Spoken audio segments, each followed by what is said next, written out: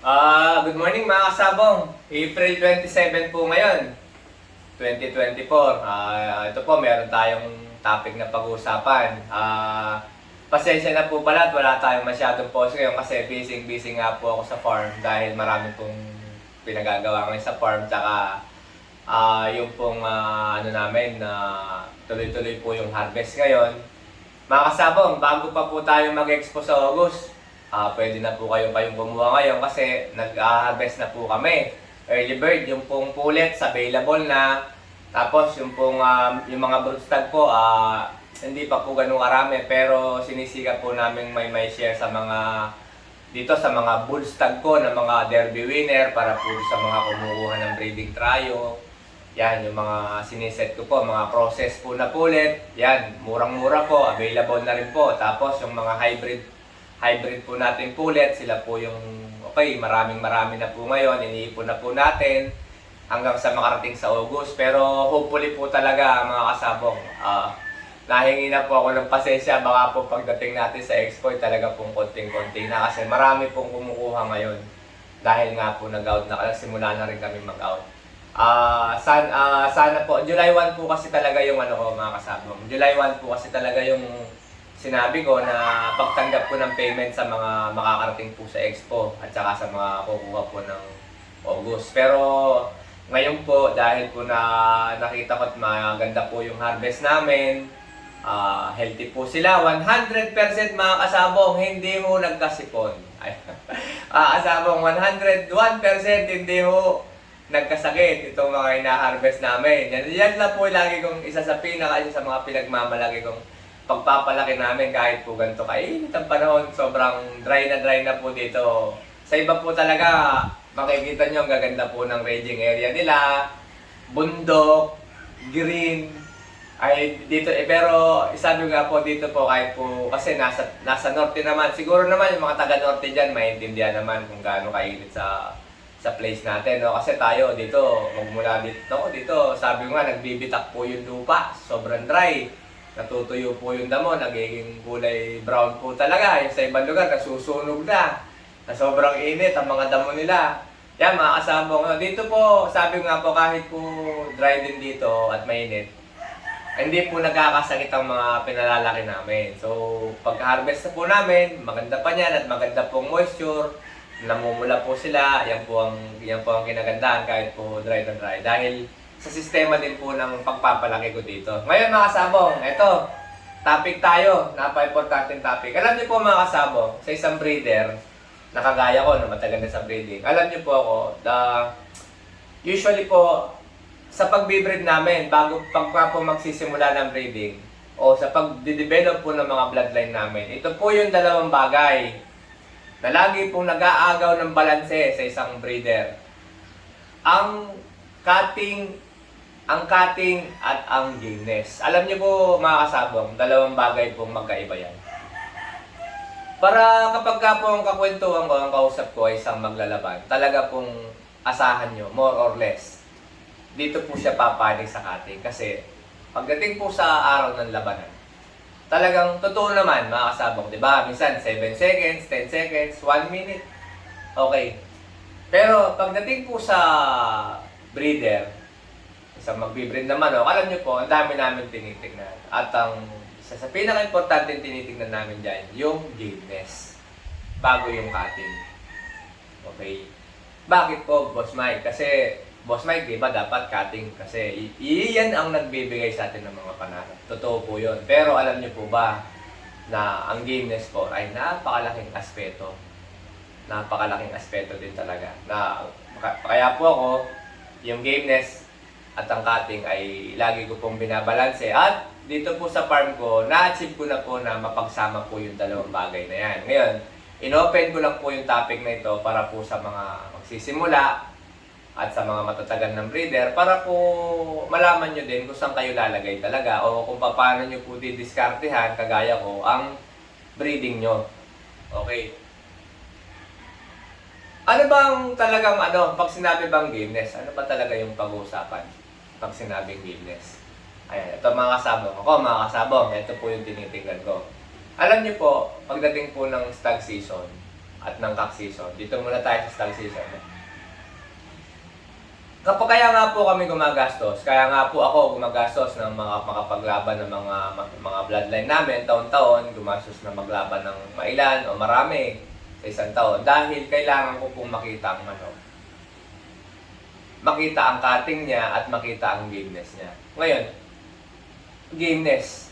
Boss Mike, ganun ba pagka-gameness? Ano ba yung sasabi mo, gameness? Ganito po yan. Alam niyo po ako, hinihintay ko po minsan na makarating. Hindi naman yung basaan ba.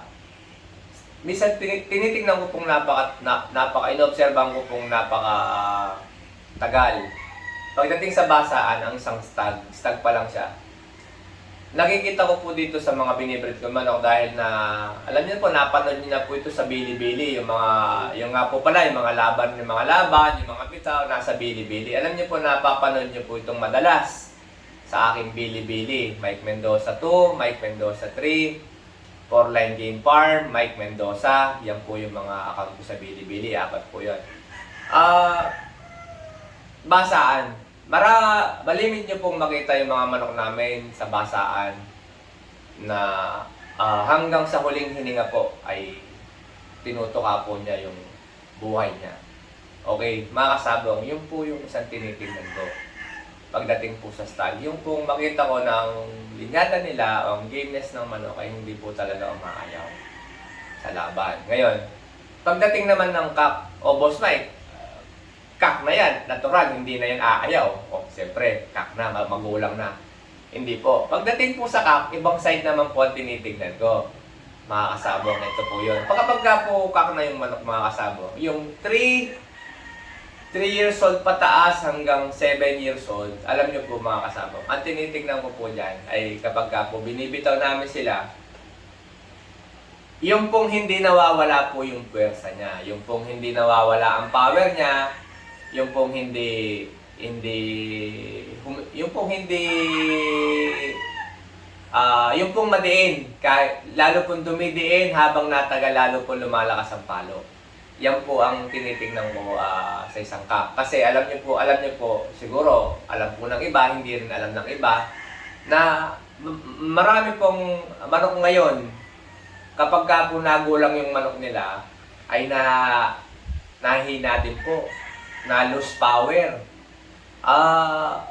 Magaling siya nung stag, ang lakas niya nung stag, pero habang nagulang siya, nawawala po yun. Yun po ang misa na hindi na po natitignan pa ng ibang breeder sa mga palahi nila. Kasi nga,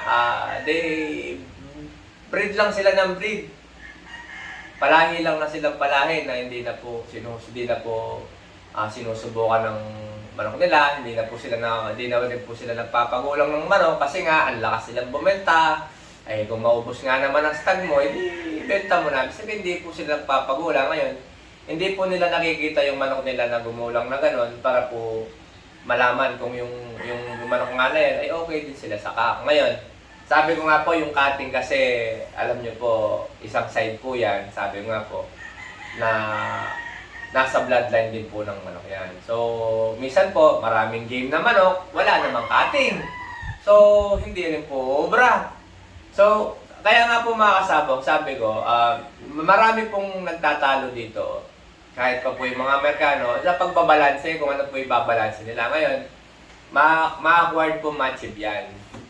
So, yung po yung nga po, pagka po dedicated breeder kayo, ako po, bago po ako naglaban, sabi ko nga, ang dedication ko po talaga nasa breeding. So ako po yung taong maobserba din, talaga pong maobserba ko. Ultimong ugali po ng manok, sabi ko nga po sa mga ilan ng vlog ko, namamana po yan. Yung pagiging abang niya, yung pagiging traidor niya, yan po yung may mga ugaling manok po na ganyan. Yung pagiging traidor, pagiging abang, pagiging sugod, pagiging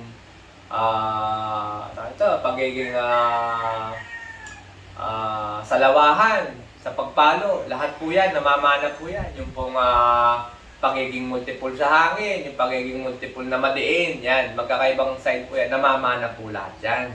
Kaya po napaka-importante po na pagka po nag-breed tayo ng manok, sa isang linyada, lalo na kung first time nyo siyang spend, first time kayong bumili ng bloodline na yon sa isang breeder, maganda rin po na makita nyo po sa history niya, sa breeder na mismo ginawa nyo, kung ano po siya pag naging cock siya, kung ano po siya pag stag siya, yung kung ano po yung karakter ng manok niya. Napaka-importante po niyan mga kasabong. So, ito po, tip ko lang po lagi sa inyo ito.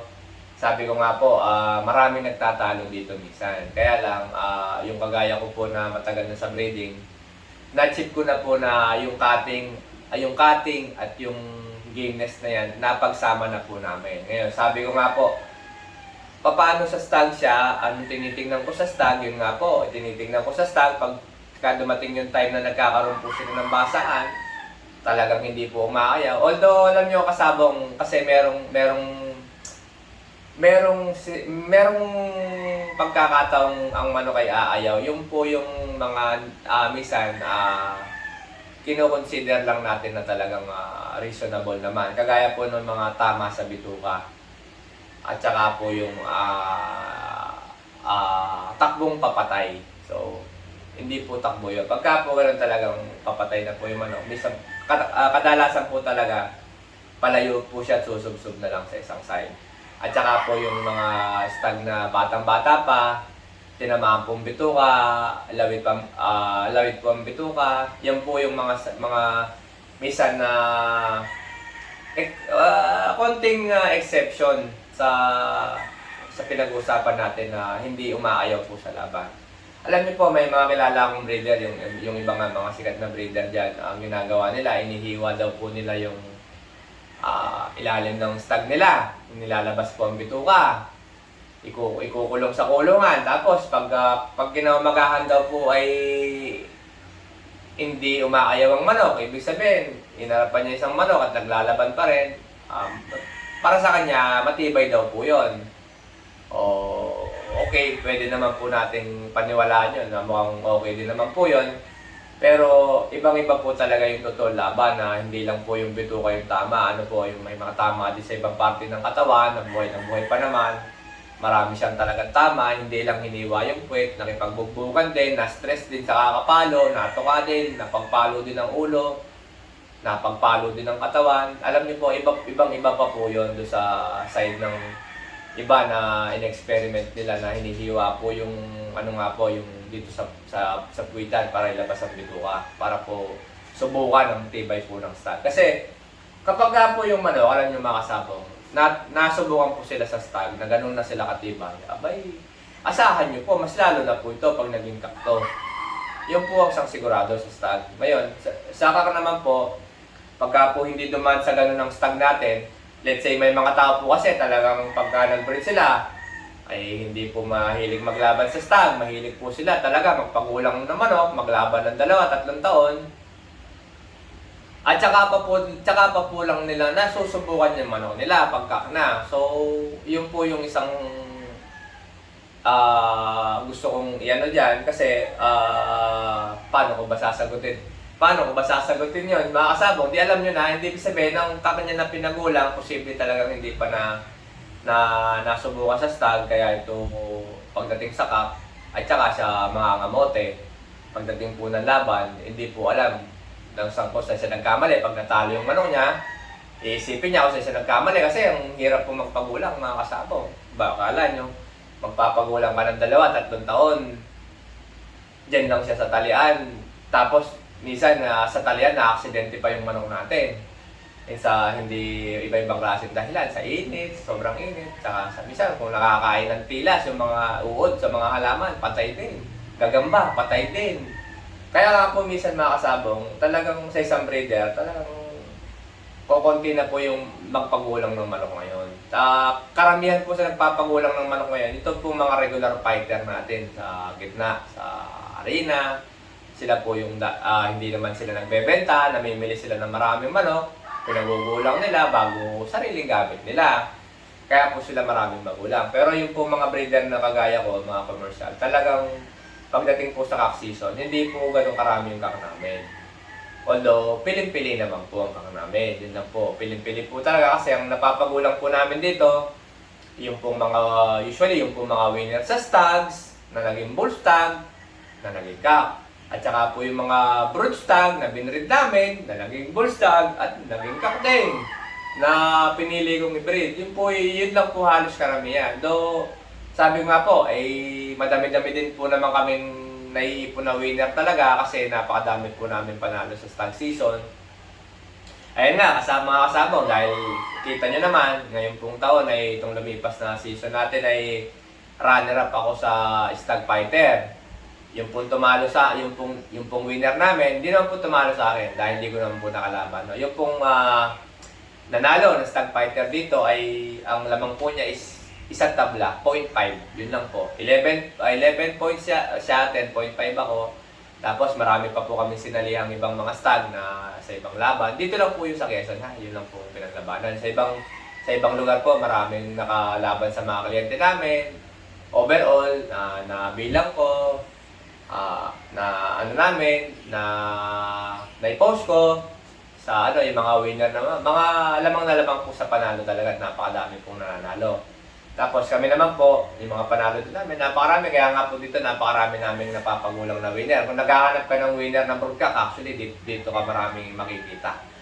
Pinaradahan ng 200, pinaradahan ng 100, pinaradahan ng 33, pinaradahan ng 22. Lahat po halos derby winner. Okay, mga kasabong. Karamihan po talaga derby winner po yung laban. Yung mga winner ko dito. Tested po sa mga big fights. Ayan mga kasabong ha, sabi nga po mga kasabong, ayan, napag-usapan na po natin yung topic ng gameness at saka nung cutting. So sabi ko nga po, sa iba kasi talagang ito pa po yung mainit na debate, lalo na sa isang breeder at sa isang fighter na talagang magkaiba po ang sinisilip. Okay, ayan mga kasabong, so kayo, ngayon alam nyo na kung saan kayo lalagay, kung fighter kayo o breeder fighter din o breeder lang. Pwede po kayong, sa kagaya po ng pinaliwanag ko, pwede nyo pong obserbahan yung stag nyo sa araw ng laban, kung magkaroon ng basahan. Makita nyo kung pagdating naman po ng pagkakla siya, pagka po alam nyo kakla siya at sa pahina siya, palus power siya, kakabang lago lang, na i-dispose nyo. Huwag nyo lang ituloy mga kasabong, mag-breed na lang po ka ng ibang bloodline na manok na meron din naman po sa katangian na stag na gusto nyo at ma-acquire din niya na pagkakana siya mas magaling pa po siya. Marami pong breeder ngayon, hindi lang po ako, ayaw ko pong sinasabing sa akin lang kayo kumuha. Alam niyo po, open. Alam, tuwing magbablog po ako, ino-open ko po, sabi ko, ako sinishare ko po yung napagdaanan ko at sa mga pananaw ko, yung mga kinikilatis ko, yung mga tinitignan kong katangian na manok, sinishare ko po sa inyo para po pagka po kayo na magbibreed o kayo na po yung bibili o yung maglalaban o kung ano man aspeto nyo, ay meron po kayo nakukuha kahit konting tip man lang sa mga breeder na kagaya ko. Ayan mga sabong. So mga sabong, maraming salamat po. Sabi ko nga po, bago pa po mag-expo, available na po ngayon ang mga breeding materials, lalo na po sa pullets. Kaka-harvest lang na naman po namin kahapon. Available na po yung mga process. Two-way cross, class A na process, pullet.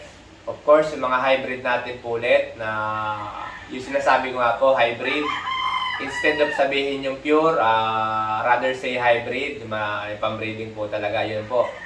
Tapos pag process po, process na lang, two-way, three-way, yan, process po, ibig sabihin yan. Available na po marami ngayong pullet. Sa stag po, konti pa po kami, pero ang ginagawa ko po ngayon sa mga na-order ng Trio, kapag ka po may available nga po na brood bull stag, yung mga winner sa derby, bull stag po, minsan kahit hindi po siya winner, mga ginamit din namin na stag siya, binreading ko din, ay siniset ko na po sa Trio, sa mga class A Trio. So sa class B po ng mga lalaki, talaga pong wala pa po talaga kaming may share ngayon. Puro pullet lang po na class A. Tapos sa pullet po, wala po tayong class B, mga kasabong. Inuulit ko po lagi, wala po tayong class B na pullet. Ang pullet po kasi, ang babae, napaka-importante po ng ginagampanan sa isang breeding. Kaya po, ang class B na babae ay kinakal na po namin. Automatic po yan. Yung pong hindi maganda sukat na babae na process na siya, kahit pa po yung pure, pag hindi po maganda ang sukat niya, pagka po may depresya sa buto, may sa daliri, kahit po wala kaming binibreed na may kiluan daliri, dahil po sa incubator minsan, mayroon po lumalabas na may kilo, tinatanggal na po namin, kinakal na po namin, yung may konting baliko sa pitso, kinakal na po namin. Kaya po sabi ko, yung available lang po yung crosses na Class A. Kasi po, Class A sila, kahit 2-way sila, Class A po sila kasi magaganda po yung figura, magaganda po yung sukat. Of course, yung bloodline, multiple winner din naman po ang brood kakanyan. Hindi naman po kami nagsasalang ditong hindi tested ang linya. Talaga kung hindi po multiple ang tatay niya, na tested bloodline din po yan. Tapos, syempre, yung pong hybrid, yung pong pinakamarami, yung pong mga Class AAA na mga babae, yan po marami. Halos sa lahat po ng bloodline ngayon, halos kumpleto na po. Pagka pinakakunti po ngayon yung puti namin, ngayong early bird, pero pagdating po ng national, nandun na po yung pinakamaraming puti na i-produce po namin. Okay? So ngayon po, pinakamahal lang po yung pulit namin sa puti kasi nga po talagang konti po yung production. Sa iba po, sa ibang bloodline po, kahit pa po yung mga sikat na sikat kung John Bishop, Joe Black, dahil marami po na-produce ngayong early bird, sabihin marami po na-harvest, same price din po sila, medyo mas mababa po sa mga hybrid. Tapos syempre, mas mababa pa po yung presyo ng namin, yung mga Class A na crosses po na.